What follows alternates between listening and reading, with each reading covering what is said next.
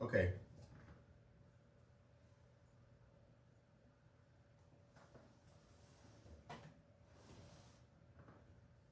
Okay, we're live, and we're just testing, so don't freak out. This isn't the actual show. We're just testing, making sure everything is right. So when we get ready to do this in this studio, because in this studio, what you got to let the audience know we have 3 studios. Okay. Okay. So we need to name them. Let's talk about that, or do we let the audience name the studio? We can do that, but you already called this the adult sexy. That's what you told me. I don't remember telling you. I got a good memory. Yeah, the grown is sexy, not adult, grown. Yeah. This is the grown and sexy room where we'll be bringing to you coffee black. Okay. How do you like your coffee? With a little cream and sugar, or you like it a little black? So, with that said, this like I said, this is a trial run. If you are watching, please subscribe, like, share, and comment. We're always. Who are you? What do you mean? Who am I? I'm Andre The Beast Crayton. This is the brand of this Yolanda M. Smith. What? Okay, y'all need to know. I'm just gonna rag him for a minute. You know I've been working with this guy for now, I feel like 3 years. And still can't get it right. And he still can't get it right. It's Branthropist. Thra. Said like you thrust. Branthropist. You know, so like brand up, right? Branthropist. Anyway. Okay. Yolanda M. Smith. Okay. Now, with the test, I just got done going to the studio downstairs, the actual IAmBeast production studio downstairs, located beautifully in the Keystone at the Crossing Sheraton Hotel. Yes. Bottom floor by the Keystone Cafe. Stop in and check us out. Interesting. I was watching the news downstairs before you came in. So the release of Brittany Griner, that did happen this morning. I was watching the Today Show and they had breaking news that came through. Yeah, that was it. That was a release, but it was also a swap. You know, that guy was an arms dealer doing. Let me see if I can do my math. He's done what, 8 years already? He had 7 to go. Yeah, something like that. So that would say that he had maybe 15 years he was sentenced. Yeah, but something like that. It's funny. It's kind of like now. I don't even know how to really articulate what I want to say with what just happened because I just heard about it. But it kind of shocked me because the United States really never dealt with trade or terrorist type thing. Not saying she was a terrorist by any means. Well, they never traded hostages. The hostage situation, typically they would not engage in such trades, or that we would know of. Put it that way. I don't know what they do because, you know, a lot of stuff you just don't know. But maybe not that we would know of. But I'm happy for her and her family for sure. Right. You know, but I think there's a lot of. So I'll tell you what I know. You open up Pandora's box. No matter how you look at this, you've opened up Pandora's box. But I guess if you open a box, can't you close a box? It's your box. Okay, this I'm just asking. Greek mythology. When she opened that box, only thing that was left in that box was the word hope. So let's hope that this doesn't allow or create something that we wish never happened. You know, but then this is something else too, which people really need to understand. I'm not against going overseas or traveling to different countries. But this is something that people need to understand. When I hear people say, oh, I'm going to Greece. Oh, I'm going to Spain. Oh, I'm going to Caracas and now this place. This is the key. You need to know their rules. Know the rules of engagement when you step off the plane. Because when in Rome, you got to act like the Romans. Correct. That's what they tell you. Know your people go book with these travel agencies, and the travel agencies don't tell them one thing. Know the laws where you're going. I don't know if the travel agencies don't tell them or not. They should know it. Let me just say this. We just traveled to Europe this year. I saw that. I didn't get a present either when you went. A present? What? Yeah. Who brings presents? Presents? I still like a gift every now and then. You're going. Where did you go? Where did you go? I went to Italy, Rome, France. Yeah. I started in Rome. You went to Sandra Beach, somewhere, and a couple of different places in Italy. I saw you. A couple of places. Then we went to France, and then we went to Spain. Volley-foo français. You know, ended up in Barcelona. But this is what I will tell you.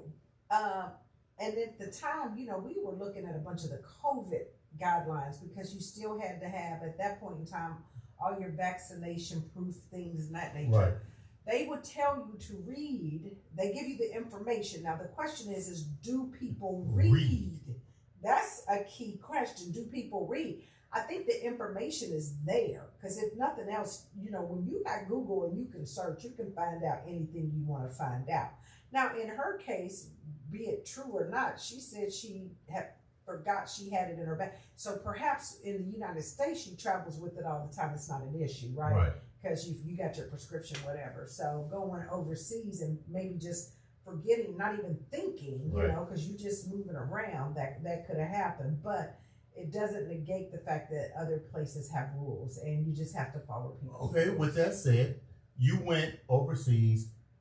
Did you, and this is probably something just subconsciously we don't think about. Did you even think about knowing what their laws were? Probably not. Probably not, because you think about you traveling with a team. The team books all your stuff. You just, I doubt it. Okay. I doubt it. Now, maybe at somewhere along the way, somebody within the organization should have said, hey, remember, we're leaving the United States. Right. Do ABC. Because all this could have really been avoided. Seriously, think about it now.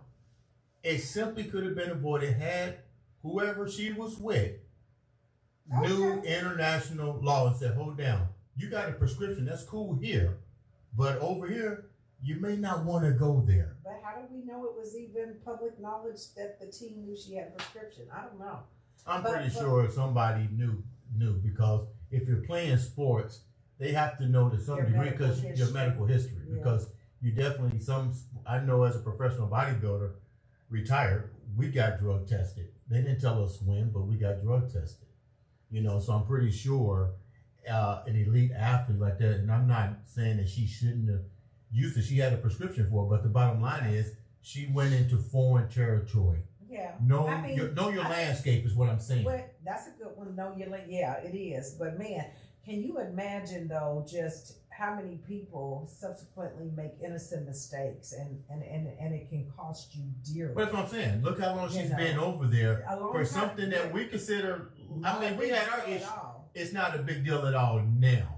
Before, it was a big issue. You know what I mean? It could be, yeah. Yeah, but something and that... particularly if you are skin color. Right. It became a bigger issue because the consequence was greater. Right. It typically is when you look at us. Now, I'm pretty sure she's probably now going, wow, you know, next time I travel abroad, I'm going to know international policies a little bit better. She might be gun shy and don't want to go nowhere. I'd be like, I'm sitting at home for a minute and holler back. If I can't take a bus or car, I'm not going for a minute. Now, not talking political, I'm just asking, what do you think happens now with the presidents, the presidents. You know, what's it called? I can never pronounce that word. The presidencies. Oh, the presidency. Yeah, it's coming up. Do you think that this was a political move? A political move, yeah. Let me tell you something. Be honest. Everything people do, they do for a reason. Yeah, for a reason. Right. For a reason. We don't know, but we don't know what the reason is, right. But I mean, you know, it could have been just the right timing. So again, as you talk here, so that you don't create a sense of accusing anybody of anything, the word allegedly should be used. Do you understand? Right. Don't be having me get no lawsuit. I'm like, oh boy, I don't want no smoke now. you get no. We've already had that earlier. I don't want no smoke. But you can say maybe allegedly it would have been a political move that would position him, you know, to get favor from maybe one group or another. Right. But you know, you just don't know. I mean, nobody's gonna come out and say it, but you know, we're getting into that time frame where things that decisions you do, matter. The choices, the choices you make can alter or impact decisions. Now, I was talking to a friend of mine, mm-hmm. a mutual friend of ours is in Orlando. I won't mention her name. Okay. And she was, hey, cool, how you doing? Because I had my knee surgery, then I re-injured my knee again. And right. She was calling to check, and she brought something to my attention. We was talking about the things that are going on, and she brought up the name Kanye West to me. I know, but let me, so I'm listening. I'll listen to people. Mm-hmm. To me, I tell people, in order to understand how they feel about something, take the time to listen. That's correct. Before you cast your opinion, research as much as you can, and then you're able to. I couldn't carry on a conversation because I didn't know that much about the man, no more than what I saw. So what was her position? She was really forthcoming in validating why he does what he does, and it made perfect sense. I don't want to get into what it was, but let's put it this way. I'll tell you my opinion about it. I think a couple of things. Allegedly, I think that in some cases, there's a hole in his heart when he lost his mother. He feels now he's coming out saying that his mother was sacrificed. Right. I think mental wellness is a big deal in today's society, a big deal, and we're not going to minimize that. We're not going to joke about it. It's not funny. It's serious. It is. But also, that man to me is smart. He's very smart. He's very intelligent. If I don't know enough to speak on it too much, but it appears to me he wants to detach himself from something. And I do know that I've read about this thing called Illuminati. Right. And allegedly,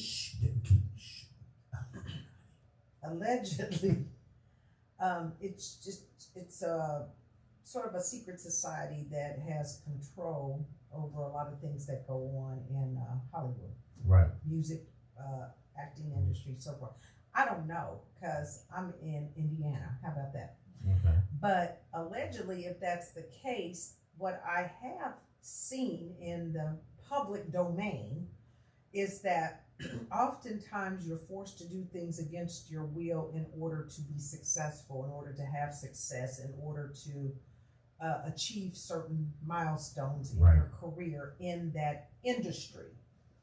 And some of those things allegedly are forced upon you, and in order to succeed, in order to control you.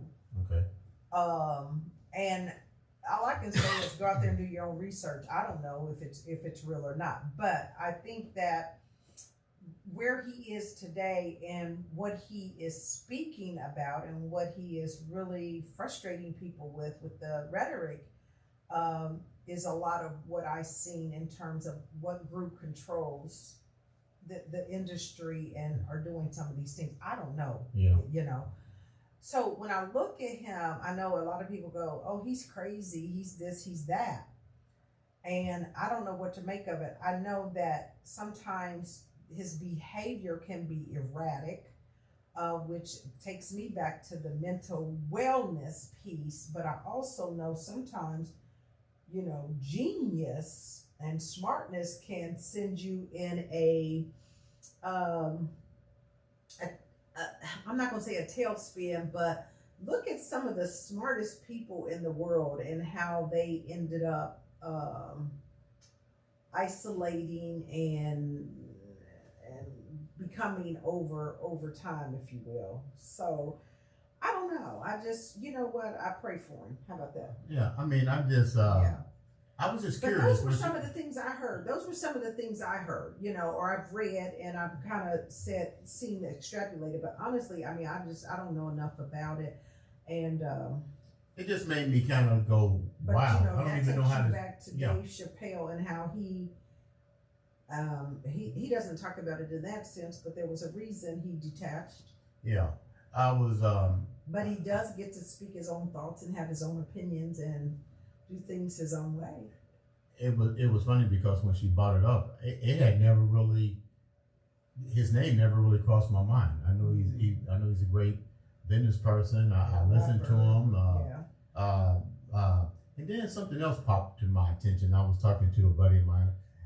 This is Andre The Beast Crayton Show. We're doing a test run. Please like, subscribe, share. Well, you comment. even said who I am. No, I'm just kidding. And this is the beautiful Yolanda M. Smith. And he said he wasn't going live with this because, as you can see, I'm in natural. I don't have makeup. And are you cold? Because you got. I came in here freezing. He got the studio so cold. He got all this equipment up in here blowing. My hands feel like icicles. Yes, I'm cold, and I'm gonna keep my vest on because I'm freezing. So I was talking to. And you got on shorts. Now that's crazy. Hey, I have to put on shorts, man, because my knees. You saw my knees. It's swollen. Yeah, and plus I like shorts anyway. I'm comfortable with them. I feel good, but when I have to throw them ice packs on, they feel a lot better with shorts on than they do. With trying to work them through some jeans. Yeah. Something else just crossed my mind today. Oh Lord, he's just on the roll. Shoot. The Deion Sanders situation. Yes. A guy yesterday. Man, they giving him a rough time for. Let me. What's your opinion on that? Let me put it like this. This is my opinion. I love primetime. I do. His jersey, autographed jersey, is in Studio B. Yeah. That's my boy, the greatest of all time at that position. But I have to be perfectly honest with what I think. And I think it's cool that he went to Jackson State to be a football coach. He gave 4 years there. 4 years. He did his time. But the bigger picture is, I think people were looking at him to go into this school, and the whole HBC was going to change. Meaning that, okay, we got talent. When you're looking at NFL or NBA or anything that's sports related, you always go to the powerhouse schools. Get real. If your son is a good football player, you're going to send him to a HBC school that's not going to get the media coverage, or you're going to send him to Alabama, Georgia, Clemson, the University of Miami. You know what I'm saying? Be real. I mean, I don't know. I guess you're trying to get them in a Division I where they can get some playing time and get to see. Okay. Not knocking it. But this is the big but. I followed this from day one. And the only HBCU school to really get any coverage was what school? Jackson State. Thank you. So they were taking that off of, yeah. It's almost like watching the NFL series. So the question is, were they using his celebrity, or was he actually cranking out hella athletes? So what's the question? Can I be honest? Well, I'm the beast. I can be honest. I mean, you can say it. You just know when you put it out here. You got us on live. Yeah. You got it out here. This is what I think. If y'all sending hate mail, do it to him. Like, hey, my name is Yolanda M. Smith. I don't want no smoke. Okay. If there were other schools that were showcased in this campaign, okay? In this campaign. What campaign? The campaign to bring recognition to the black colleges. So they only looked at the one school? They didn't look at other schools? My daughter goes to Hampton. I rest my case. They didn't look at any other schools. I rest my case. Did you see any other schools that was showcased it? I wasn't paying no attention. I'm not knocking them, but this is the bottom line. When you are a But why does the pressure get put on him? That's not his responsibility. That's what I'm saying. It's not. It was never his responsibility. Saying, I'm going to Jackson State, see if I can crank out some superstars and help the school. No, he didn't go to Jackson State to create superstars because you wasn't going to get superstars coming out of Jackson State. You could have, when he got there, somebody would have went there that was good. Why not? You're not going to get superstars all coming out of Jackson State. Well, not all, but you think that there's not a couple of promising. There's a couple of promising athletes in all schools. But what I'm saying is the polarization. But before he even did that, you know, he used to run camps. Nobody paid attention to Jackson State or any other HBC schools. Are they paying attention now? I don't think so. Because now he's gone to Colorado. Well, he's gone to Colorado, but you can still leave an indelible footprint that creates and brings some attention to programs or to what your cause or mission or purpose was. You know, that's part of leaving a footprint, you know, or leaving a little bit of a legacy. So what was he? Did you think he was supposed to do? I don't think he was supposed to know because I didn't really look at it like that. I knew that he was supposed to do his job. I knew let me be honest. His job was to coach. Yeah. And because he was the coach, and his name, his celebrity came with him. The suitcase came with him. But you can't put you can't say job on him and say he's supposed to do X, Y, Z. And they kill me. And that's what people are saying. It's like, well, he should just say that man went there and did a great job. He did a great job. He did a great job. And at the end of the day, they kill me giving all this level of responsibility to these athletes and these individuals, as if they can carry the weight of the world on their shoulders. He can't fix the whole HBCU landscape as it relates to athletics. The only way that landscape would have changed, and my hats is off to Dion. I think what he did was great. He went there to coach. And the reason I had brought that up because I said several people had approached me with how I felt about it. I'm like, look, he went there to coach. His celebrity status came with him. Yeah, that was the price that he paid. From that. But he wasn't there. His presence at that school was not to change the perimeter of black schools and black colleges and black athletes. He said, hey, look, you do have some talent here, but let's get real. If you got kids that are A1 students, they try to go somewhere. Spotlight on it though, because of the celebrity, he could spotlight the talent that already existed. Whereas before, maybe perhaps it got ignored. You're right, but that's not his. It's not his responsibility. The responsibility should have been the media itself. The media itself controls the telescope on showcasing these athletes. And because the smaller black schools or smaller schools that could have a couple of good athletes, they're never going to get that showcase. It's like you have scouts. If the playing field was even with the media coverage, it would be easier said and done. Dion wouldn't have had to be the mouthpiece. If the world was equal and free and everybody got an opportunity, it wouldn't be a conversation we'd even be having. But we also can't feel like that the world owes us anything. I didn't say that. I said that's not what I said. No, I didn't say that. No, I said that. I said we can't feel like the world. No, you got to go get it. We got to go get it. Opportunity comes knocking, or you find opportunity, or you surround yourself with individuals that can help you to create opportunity. Did you know that you become the 5 people you hang around the most? So what does that mean? I'm hanging around you. What does that mean? Well, you're going to be in good shape. All right, then. But if you hang around 5 crackheads, you'll be the 6th. If you hang around 4 lazy, I was almost said a bad word, you're going to be the 6th. If you hang around 5 millionaires, you're likely to be the 6th. So keep hanging around me, dude. Keep hanging around me. This is the Andre The Beast Crayton show. We're supposed to be doing a test, and you over here did a whole show. Well, we ain't did a whole show. We ain't got to 45 minutes yet. I don't want to. Our show's at 30 now. 30. And Coffee Black coming to you is only 10 to 15 minutes of some good hot topics. Since Wendy ain't there no more, I'm gonna say, how y'all doing? What she say? How you doing? So tell the viewers about Coffee Black. I'm excited for this. Yeah, I think we're going to kick off January doing a little segment called Coffee Black, about 10 to 15 minutes of really what's going on in the world today in the opinion of Yolanda, right? So it'll be my show where I just share with you, we'll talk about some of the current events, latest things going on, and what I think about the world. Hopefully give you a couple branding tips along the way because I am the brandtherapist, but also get you some wellness, balance, lifestyle stuff in there because I like to think I'm a little sassy and fashionable from time to time. So we might talk a little bit about that, get you a bargain or two. Who knows? Maybe I can get some sponsorship and then we can do like a what is it on the Today Show? Jill Steals and Deals. Maybe we can get some people that'll let us, offer the products and get you some discounts. We don't know where it's going to go, but we're going to take it there. Just because it's about enjoying yourself, having fun, and sharing knowledge, right? Sharing knowledge. And you know what's so funny?